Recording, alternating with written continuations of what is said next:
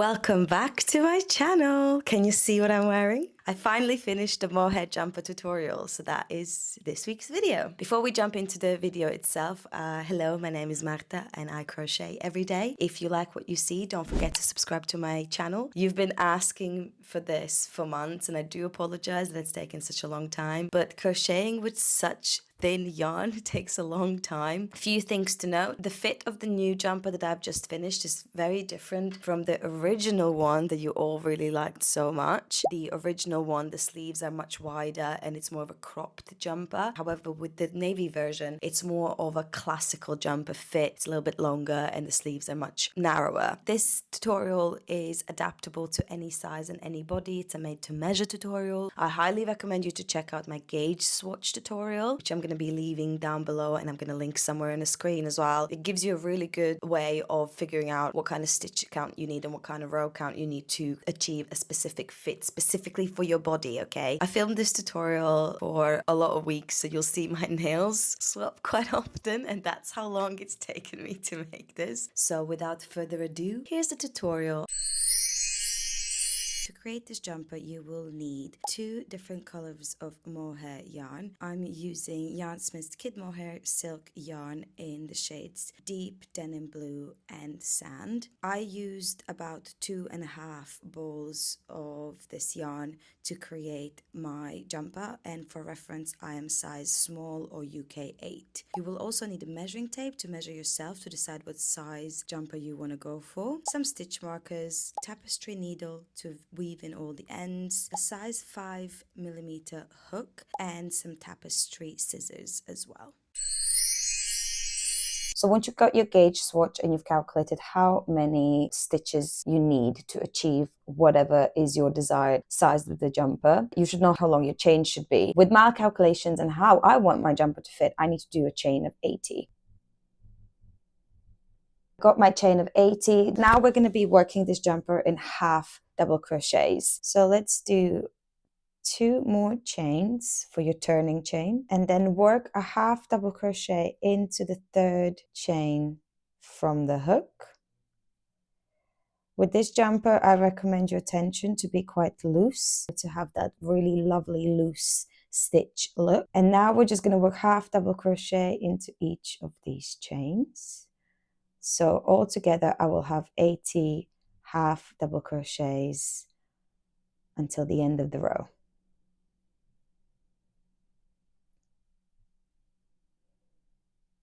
This jumper is also built from top down, so we are now working on the top half of the panel. That's 80 half double crochets done.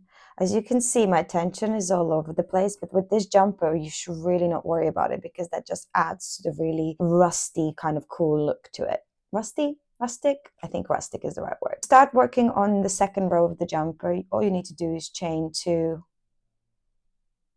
and turn your work. So this is when it becomes a little bit tricky to work with mohair yarn. You can see that the chain is at the top here. So that's where you need to put the yarn through. And you have to make sure that it's only 2 strands, no more than that. Because if you look from this side, you might think that you need to put the yarn through these 2 strands. But if you turn around, you're actually working in the bottom of the stitch rather than the top. It's very important to make sure that you're facing the chain upwards and working through these 2 loops here rather than these 2 loops here. Chained 2, and now we're just going to be working again 80 half double crochets. The chain 2 doesn't count as a stitch, so you have to do a double crochet in the same stitch again, okay? And now just gonna work all the way through. Take your time with this bit because frogging mohair yarn is never a nice thing to do, and it's better to take it slow and make sure you do it right the first time around. So I'm at the end of the row now, and I just wanted to show you what that would look like because you don't want to lose any stitches. This is kind of what it looks like, and it's really hard to see, but there is 1 more stitch that I need to make sure that it's 80 stitches. My advice for this is to make sure that you count your stitches, not every single row, maybe every other row, just to make sure it's all correct. Now I'm going to chain 2 again, turn my work, and continue with half double crochets. I need to do 2 more rows of this. We're working this jumper from the top to bottom, so we're working on that shoulder seam. I just did my last half double crochet on the 4th row. This means we're now done with the primary color, so we can just snip it. I'm going to move on to the second color, making a slip knot, putting it onto the hook like so, and just pulling it through that loop. And then we're going to tighten this one here, tighten this one there, so they're nice and close to each other, and make 2 chains to create a turning chain. Turn your work and just continue with your half double crochets like you would normally. Now I'm going to be working on the thicker stripes of the jumper. For this particular jumper, I'm going with 11 rows of each color until I achieve the desired length. And then remember, we also need to add 4 rows at the bottom of the jumper as well as the top, just so it's all symmetrical and marries up. You don't have to do that if you don't like it. It's just my preference for the design of the jumper. You can decide what length you want either by just putting the panel against your body and deciding whether you like it or not, or you can use my gauge swatch tutorial video, and that's going to help you decide how many rows you would need to do to achieve a specific length. And that's pretty much how the body of the jumper is built up. We're just going to be doing half double crochets, alternating colors until we're happy with the length, as we already have the width of the panel worked out. And once you have one panel ready, you need to create another one. I will now go and do both of those panels off camera, otherwise this video will be very, very long. And I'll check in with you when both of them are done.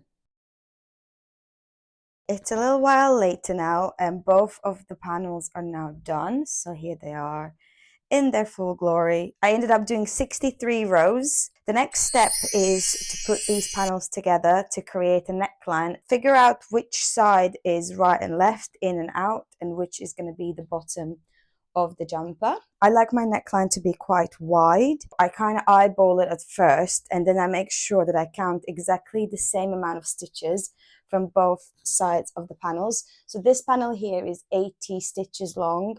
So I think I'm going to do 20 stitches from each side and leave 40 stitches in the middle for the neckline. I have a couple of stitch markers over here, so we're just going to start counting our stitches, and I'm going to pop a stitch mark. Okay, and we're going to do exactly the same on the other side. It's a little bit difficult to sometimes see the stitches, but you can see the little loops. 1, 2, 3, 4. And now we're going to do exactly the same on the other panel. And the next step will be to sew them both together. I'm going to use the same colored yarn for this. We're going to take our tapestry needle here. I try to marry up the stitches as much as possible to make sure that it's a super straight line. I try to go through both loops, not just one. You can use single crochet as well to combine stitches if you prefer. And because you've counted exactly the same amount of stitches on each of the sides, by the time you reach the stitch marker, you should have exactly the same amount of stitches left, so it's all even basically. Perfect. And then the ones that we've marked with the stitch marker, I like to sort of stretch it out a little bit so it's not too tight and it doesn't bunch up. I was kind of doing zigzags before, but now I'm going to go over the stitches like so to secure them even further. You can see when I stretch it out, there's no sort of empty spots, so it's all good, and we can secure this, tie them up, and we'll take the stitch markers out. And that's one side of the jumper completed. Now that the neckline is done, we're going to move on to the side. This is where we decide how wide we want the sleeves to be. I don't want my sleeves to be too wide. add a stitch marker. That's the little bit that we need to sew this body till, and we're going to do it exactly the same way as we did with the neckline here. You have to basically make sure that you marry up the colors quite well. What I like to do is take where they kind of meet, go over again with that zigzag stitch. I don't actually know what this stitch is called. I think it's called mattress stitch. It might not be, but this is kind of what I do. And then I take the next little section, combine it together, and make sure that, again, it all marries up at the end. You're going to be able to see the navy color through. It's going to peek out a little bit, but it's not a big deal. So we've gone through the stitch marker. Then I'm going to kind of open up and see if I like the width. I think it's a little bit too wide, so I'm going to actually go to the end of the color here. Once again, stretch out. Then now we're going to go over the stitches like we did with the neckline. Once you've done that, you're done with the body. I would highly recommend you to try it on just to triple check that you're definitely happy with the width of the sleeve, the width of your neckline. We're going to attach the sleeve directly onto the body. Next thing to do is decide how many stitches one of these openings will be, and you have to make sure that it's the same on both sides. The way I've gone about it is that I have 11 rows per stripe. These ones up here are 4 rows each. I'm going to be doing 1 stitch per row. So I'll have 11 stitches here, 11 stitches here, 4, 4, 11, and 11. In total, that is 52 stitches to create my sleeve. My trimming at the bottom is navy and the trimming at the top is navy. I think starting with the navy color for the sleeves will look much nicer. Attach the sleeves at the bottom. You've created your slip knot, and now we're going to put the hook through the first row here, like so. Put the slip knot on, tighten it up, pull it through, and chain 1 to secure it in place. You will have to be a little bit creative here and decide where the rows are and where to put the stitches and where. You just have to have the exact stitch number on the same sides to make sure that your sleeves are the same width. The way I decide where a row is, where these little nods are, like here, that's where I'm going to be putting a half double crochet. Chain another one to create a turning chain, and then in the same stitch there, I will be creating a half double crochet. So that's 1. And then I'm going to look at the next little bit of nodules, and they are here. So that's going to be my next one. The next one is here. 3. So I have 11 now. It doesn't really matter what side of the jumper, in or out, you attach the sleeves. It doesn't make much of a difference. It kind of looks the same on both sides. You see you have like 2 strings here or 1 string. So you want to go where the 2 strings are. So 1, 2, and 11. If you're struggling to see where to put the hook, find that sometimes stretching the rows a little bit makes it a little bit easier to be like, ah, here they are. Now we're going to the top bit here, which for me is 4 and 4, so 8 stitches across, and we're going to do exactly the same thing as before. Find that right spot. So here we go. I'm going to stretch it a bit. You can put another stitch here if you want to. You can put as many stitches as you would like. I know that this is going to stretch enough that I don't need to put extra stitches in. And 4. Okay. 8 stitches there. So this is the end of the row, and exactly the same way as with any other working in the round pattern, we'll just find that first double crochet and slip stitch it together. Okay, and that is your first row done. And now we're going to be doing exactly the same again for 11 rows. So you're going to match the stripes that you have in the body of your jumper to the sleeve as well. First half double goes into the same stitch, and then just continue doing half doubles, making sure that you have 52 stitches at the end of each round. And you just keep on doing that and switching the colors like shown earlier in this video.